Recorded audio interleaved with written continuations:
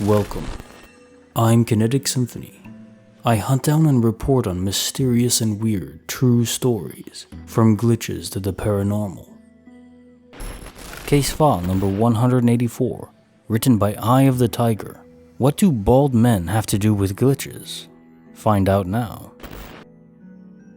Something you should know is that I have a very silly sense of humor.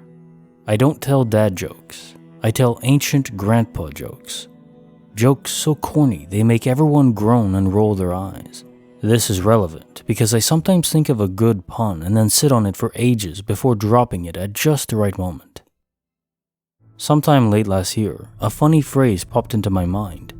It had to do with the old balding pilots who fly for one of our nation's biggest air travel businesses, American Hairlines. I giggled to myself, imagining it as a slogan above a beaming man in a flight uniform. Arms akimbo, hairline so receded it's behind his ears, scalp thinning proudly. Later, I decided it would be funnier to have three old pilots standing together, all in various stages of male pattern baldness. Might make a funny little comic or doodle. For some reason, that phrase kept coming back to my mind for months. American Hairlines. I didn't think much of it since I'm always collecting and mulling over silly puns. Then I forgot about it for a bit. So imagine my surprise as I'm driving into the Chicago airport last week and see a giant billboard that says American Hairlines with three balding men on it. It was an ad for hair restoration. This is in no way too strange to be a coincidence, but it's still strange. I had my whole life to think of that joke, and I just happened to think of it months before this ad campaign came out. It could very well have come to me at the exact same time as it came to the creator of that ad. I think of Russell Wallace, to whom the idea of natural selection came spontaneously in a fever dream, at the same time his friend Darwin was hard at work privately on the same idea. I think of how many people attest that they jumped out of bed suddenly, the moment their family member on the opposite side of the country was in trouble.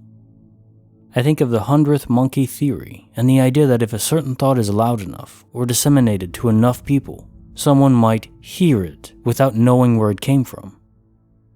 Or somebody happened to think of the same oddly specific joke around the same time as me. Case notes, file number 184. So as a baldy myself, I can respect this grandpa level joke. I described to the 100th monkey theory that if a thought is concentrated on sufficiently, it may be able to permeate out into the world, a sort of signal like Wi-Fi, barely strong enough to even be registered ordinarily. But on occasion, pump enough juice in and magic can happen. My guess, however, is this connection would still be limited by space. In other words, whoever was responsible for that American Hairline ad likely was physically close to you during the time your mind was concentrating on crafting such flawless humor. If you're enjoying this video, consider giving it a like. Now on to the next story. Case file number 185, written by Ralph the Undertaker. It's an animal trapped. No, wait, it's just cardboard. I don't know where else to post this. I'm going to try to remember as much as I can. I don't really like talking about this because it makes me severely unnerved, but I want to know if anyone else has experienced anything like this. This happened last spring in Syracuse, New York.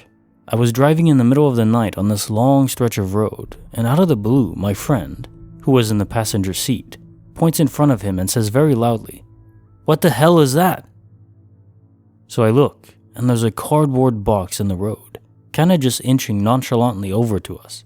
So I immediately thought to myself, oh, there's probably an animal in it, and it's trapped in there, so I'm gonna do the decent thing, get out and go help it. I start to slow down the car to get out.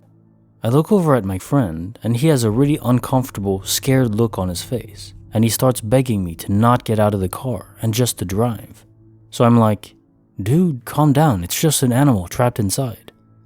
So I look again, and I realize that it's not a cardboard box. It's a freaking regular piece of cardboard, stood up straight on its ends, and it's just moving towards us. There's no freaking strings and no one around. It was a calm spring night, so there was no wind. It took me a second, but I realized what I was looking at was not normal, and I got the hell out of there.